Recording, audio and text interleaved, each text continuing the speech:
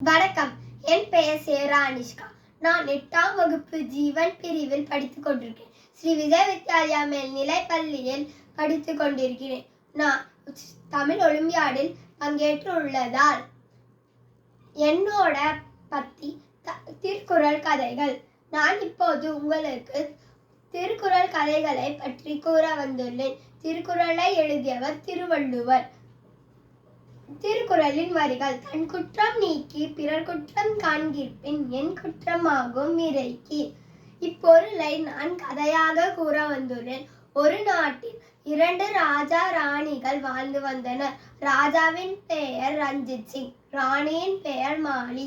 மாலி மிக அதிகமாக பொய்கள் கூறுவதாக மகாராஜாவுக்கும் தெரியாது. மகாராணி நிறைய பொய்கள் கூறியுள்ளார். அதை மக்கள் அறிந்து கொண்டிருக்கிறார்கள்.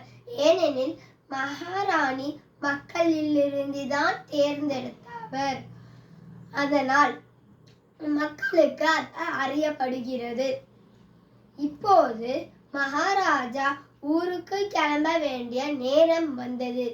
அப்போது மகாராணி கிட்ட சொல்லியுள்ளார், நீ இப்போது இந்த நாட்டை ஆண்டு கொண்டு இரு, நான் திரும்ப வரும் வரையும் என்று கூறியுள்ளார். மகாராணியும் மிக சந்தோஷம், ராஜா பத்திரமாக கிளம்பி வாங்கள் அப்படி என்று மனசுக்குள் நினைத்தாள். அப்போது ராஜா, நான் பார்த்துக் கொள்கிறேன் என்று வெளியே சொல்லினாள்.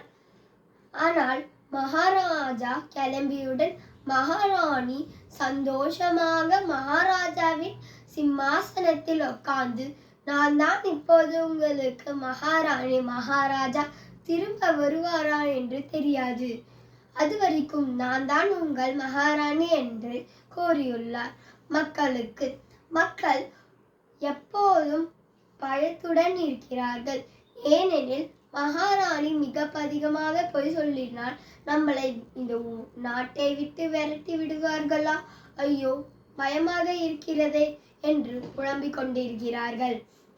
மகாராணி சந்தோஷமாக சாப்பிட்டு கொண்டு இருக்கும்போது ஒரு குற்றத்தை அறிந்தவர்கள் வருகிறார்கள். மகாராணி மகாராணி என்று கூறும்போது மகாராணி உக்கரத்தோடு வந்து, என்ன வேணும் உங்களுக்கு, இப்போ எதுக்கு வந்தீங்க, இவர்களை ஜெயிலில் போடுங்கள் என்று சொல்லிவிட்டதால் மகா மந்திரிகள் கவலையோடு இருந்தார்கள். மகாராணி சந்தோஷத்தோடு சிரிச்சிட்டு இருக்கும் போது சொல்ல வந்தவர்கள் அவர்களை ஜெயிலில் போட்டதால் குற்றத்தை சொல்ல வந்தார்கள். ரொம்ப பரிதாபப்பட்டு, யார் நம்மளுக்கு இவ்வளோ கஷ்டம், ஐயையோ என்று கவலைப்பட்டு, நாம் சொல்லாமலே இருக்கலாமே, ஐயையோ இந்த ராஜாக்கள் இந்த ராணிகளும் ராஜாக்களும் இப்படிதான் இருக்குவாங்களோ அப்படின்னு சொல்லிட்டு நினைச்சுக்கிட்டு ஜெயிலில் உட்கார்ந்து கொண்டிருக்கிறார்கள். அப்போது குற்றத்தை இன்னொருத்தர் குற்றம் நடந்து விட்டது ஓடி வந்தபோது, நான் உங்களுக்கு என்ன வேணும் என்று நான் தீர்த்து வைக்கிறேன், சொல்லுங்கள் என்று கேட்டான். அப்போது ஒரு குள்ளவர், நான் எந்த தவறும் செய்யவில்லை ராணி, ஆனால் என்னோட வீட்டுக்காரர்கள் நீ நிறைய திருடுவதால் நான் இந்த வீட்டை விட்டு நீ கிளம்புமாறு சொல்லிவிட்டார்கள். ஐயோ இதெல்லாம் ஒரு பிரச்சனையா, உங்களை 2 பேரும் ஜெயில தான் போட வேண்டும் என்று சொல்லி இவங்க 2 பேரையும் ஜெயில தான் போட்டார்கள். மகார மந்திரிகள், யான் ராணி, நீங்கள் எல்லாரையும் ஜெயிலில் போடுகிறீர்கள் என்று கேட்டார். நான் இப்போது உங்களுக்கு மகாராணி, நான் சொல்லுவது மட்டும்தான் நீங்கள் கேட்க வேண்டும் என்று கூறுகிறார். அப்போது 2 பேரும் வந்து, மகாராணி, நான் இவரிடம் வேலை கொண்டிருந்தேன், இவர் என் மேலே பொய்ப்பழி செய்து கொண்டிருக்கிறார்கள், அவரோட பொருட்களை நான் திருடி விட்டதாகவும் அவர் என்னை பழி கொண்டிருக்கிறார்கள், உங்களுக்கு தான் தெரியும் நான் திருட மாட்டேன் என்று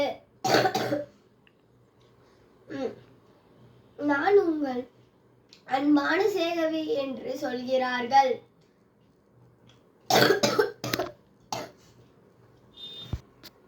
அவர்கள் நான் தான் உன்னோட அன்புள்ள தம்பி என்று சொல்கிறார்கள். அப்போதும் அவள் ஒத்துக்கவில்லை. நீதான் குற்றம் செய்தவள் என்று பழி சுமற்றியதால் அவர் இவரோடு முதலாளி வந்து மன்னிச்சிருடா, நான் தான் எங்கேயோ வைத்து விட்டேன், மன்னிச்சிரு என்று கேட்டபோது, அப்போ நீங்க 2 பேரும் என்னை நேரத்தை கடக்க வந்தீர்களா?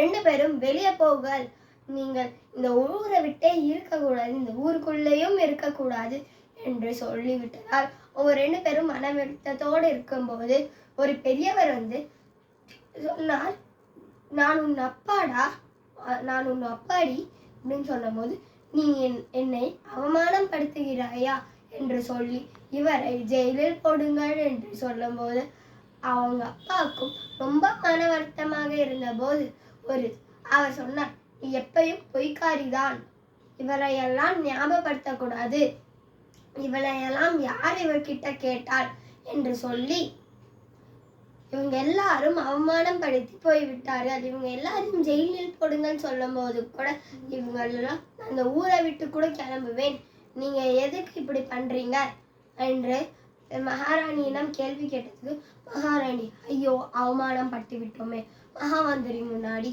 ஐயையோ என்று கவலையோடு இருந்தார்கள். அப்போது மகாமந்திரி, நீங்கள் திருக்குறளை படித்திருந்தீர்களால் இந்த அறிவு வந்திருக்கும். தன் குற்றம் நீக்கி பிறர் குற்றம் காண்கிற்பின் என் குற்றமாகும் இலக்கு என்று திருவள்ளுவர் கூறியுள்ளார். நீங்க அதை கேட்டு அதன் குரலை கேட்டு அதன்